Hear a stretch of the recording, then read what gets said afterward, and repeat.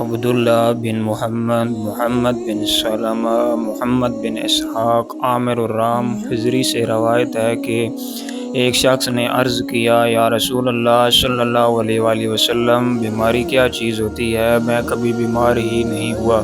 آپ نے فرمایا، تو یہاں سے اٹھ جا، تو ہم میں سے نہیں ہے۔ عامر کہتے ہیں کہ ابھی ہم آپ کے پاس ہی بیٹھے تھے کہ ایک شخص آیا جس نے کمبل اوڑھ رکھا تھا اور اس کے ہاتھ میں کچھ دبا ہوا تھا۔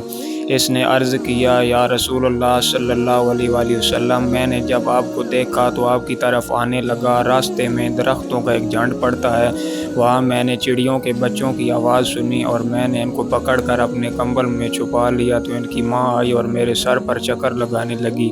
میں نے اس کے بچوں کو کھولا تو وہ بچوں پر آ پڑی اور ان کے ساتھ خود ہی قید ہو گئی۔ اب میں ان سب کو اپنے کمبل میں لپیٹ کر لایا ہوں۔ آپ نے فرمایا، ان کو یہاں رکھ دے، تو میں نے رکھ دیا، لیکن ماں نے بچوں کا ساتھ نہ چھوڑا۔ ان کی یہ حالت دیکھ کر رسول کریم صلی اللہ علیہ وآلہ وسلم نے اصحاب سے دریافت فرمایا کہ کیا تم چڑیا کی اپنے بچوں پر محبت پر تعجب نہیں ہوا؟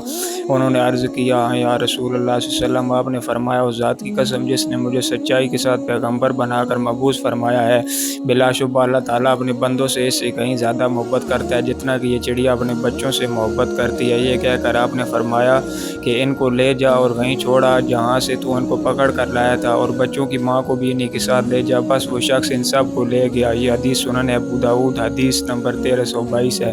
ایسی مزید ویڈیوز دیکھنے کے لیے ہمارے چینل کو فالو کریں۔ شکریہ۔